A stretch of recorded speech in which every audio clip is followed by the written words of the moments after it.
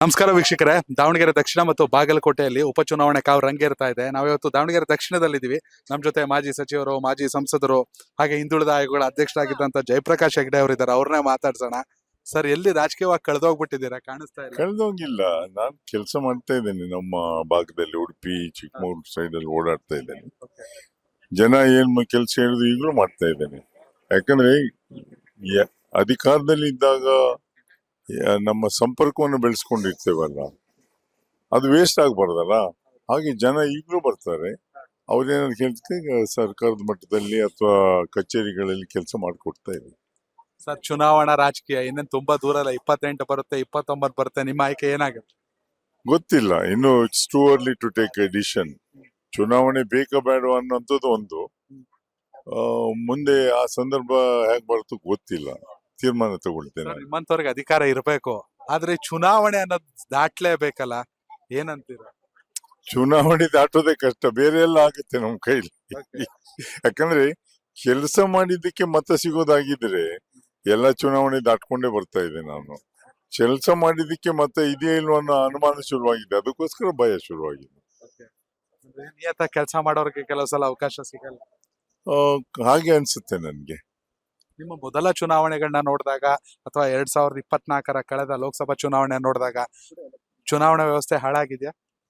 ಖಂಡಿತ. ಮೊದಲ ಚುನಾವಣೆಯಿಂದ ನಾನು ಪ್ರಥಮ ಬಾರಿ ಪಾರ್ಲಿಮೆಂಟಿಗೆ ನಿಲ್ಲೋವರೆಗೂ ಆ ವಾತಾವರಣ ಬೇರೆ ಇತ್ತು. ನಂತರದ ದಿನಗಳಲ್ಲಿ ಬದಲಾದದ್ದನ್ನು ನೋಡಿದ್ರೆ ಇನ್ನು ಸಾಧಾರಣದವ್ರಿಗೆ ಚುನಾವಣೆಗೆ ನಿಲ್ಲಿಕ್ಕೆ ಸಾಧ್ಯ ಇಲ್ಲ ಅನ್ನೋ ಅಭಿಪ್ರಾಯಕ್ಕೆ ಬಂದಿದೆ. ಚುನಾವಣೆ ಈಗ ಉಳ್ಳವರ ಪಾಲಾಗ್ತಾ ಇದೆ.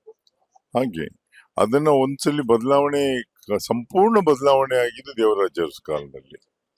ಅವರು ಬ್ಯಾಕ್ವರ್ಡ್ ಕ್ಲಾಸ್ನವ್ರು ಎಷ್ಟು ಜನ ಮುಖಂಡರನ್ನ ತಯಾರು ಮಾಡಿದ್ರು ಅಂತ ಹೇಳಿದ್ರೆ ಇವತ್ತು ಹೆಚ್ಚಿನ ಮುಖಂಡರು ಯಾರ್ಯಾರು ಇದ್ದಾರೆ ಅವ್ರು ಆಯ್ಕೆ ಮಾಡಿದವ್ರೆ. ಇವತ್ತು ಆಯ್ಕೆಯೊಟ್ಟಿಗೆ ಬೇರೆ ಆಯ್ಕೊಂಡು ಇರ್ಬೇಕು ಅನ್ನುವಂತ ಅಭಿಪ್ರಾಯ ಜನಾಭಿಪ್ರಾಯ ಬಂದದ್ರಿಂದ. ಯಾಕಂದ್ರೆ ಇದು ಜನರಿಂದ ಬದಲಾಯಿತ, ರಾಜಕಾರಣಿಯಿಂದ ಬದಲಾಯಿತ ನನ್ಗೆ ಗೊತ್ತಿಲ್ಲ. ಆದ್ರೆ ತೀರ್ಮಾನ ಆಗ್ಬೇಕು. ಮುಂದಾದ್ರೂ ಬದಲಾವಣೆ ಬರ್ತದೆ ಅಂತ ಕಾಣ್ಲಿಕ್ಕೆ ಆಸೆ ಪಡ್ತಾ ಇದ್ದೇನೆ. ಮುಂಚೆ ಜನ ಗುಣ ಎರಡಿದ್ರೆ ಸಾಕಿತ್ತು, ಈಗ ಹಣ ಬೇಕೇ ಬೇಕು ಅನ್ನೋದು ಅಭಿಪ್ರಾಯ ಬಂದಿದೆ ನನಗೂ ಸಹ. ಸರ್, ಹೇಗಿದೆ ದಾವಣಗೆರೆ ದಕ್ಷಿಣ ಮತ್ತು ಬಾಗಲಕೋಟೆ? ದಾವಣಗೆರೆಯಲ್ಲಿ ವಾತಾವರಣ ಚೆನ್ನಾಗಿದೆ. ಯಾಕಂದ್ರೆ ಒಂದು, ಶಾಮನೂರು ಶಿವಶಂಕರಪ್ಪನವರು ಇಷ್ಟು ವರ್ಷಗಳ ಕಾಲ ಕೇವಲ ಸ್ವತಃ ತಾವು ದುಡಿದಿದ್ದಲ್ಲ, ಆ ದುಡಿದ ಹಣವನ್ನು ಸಹ ದಾವಣಗೆರೆಗೆ ಹಾಕಿದ್ದಾರೆ. ಸರ್ಕಾರದಿಂದ ಬಂದಂತ ಅನುದಾನಗಳನ್ನು ಸಹ ಮಾಡಿದ ಕೆಲಸವನ್ನು, ಯಾಕಂದ್ರೆ ನಾನು ಓಡಾಡಿದೆಲ್ಲ, ಅದ್ಭುತವಾಗಿದೆ. ದಾವಣಗೆರೆ ಕಾರ್ಪೊರೇಷನ್ ಏರಿಯಾ ಅಂತೂ ತುಂಬಾ ಚೆನ್ನಾಗಿ ಡೆವಲಪ್ ಆಗಿದೆ. ಇನ್ನು ರೂರಲ್ ಏರಿಯಾ ಹೋಗಿಲ್ಲ ನಾನು. ಮೊದ್ಲು ಒಂದೆರಡು ಕಡೆ ಹೋಗಿದೆ. ಬಟ್ ಅಭಿವೃದ್ಧಿ ಅಂತೂ ಬಹಳಷ್ಟು ಆಗಿದೆ. ಈಗ ಅವರ ಹೆಸರಿನಲ್ಲಿ ಈಗ ಮೊಮ್ಮಗನನ್ನು ನಿಲ್ಸಿದ್ದಾರೆ ಅವರ ನಿಧನದ ನಂತರ. ಅವನ ಹೆಸರು ಸಮರ್ಥ ಇದಾನಂತ ಕಾಣ್ತದೆ.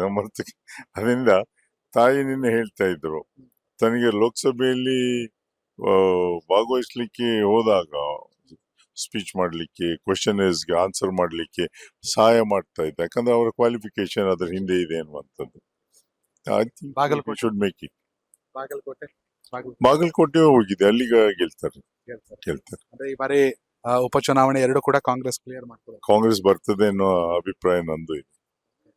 ಸರ್, ಹೋಪ್ಫುಲಿ ನಿಮ್ನ ಕೂಡ ಮತ್ತೆ ನಿರೀಕ್ಷಿಸ್ತೀವಿ, ವಿಧಾನಸೌಧದಲ್ಲಿ ಅಥವಾ ಪಾರ್ಲಿಮೆಂಟ್ ನಲ್ಲಿ. ಒಳ್ಳೆದಾಗಿ. Thank you very much. Connect Karnataka, ಇದು ನಿಮ್ಮ ನೆಟ್ವರ್ಕ್.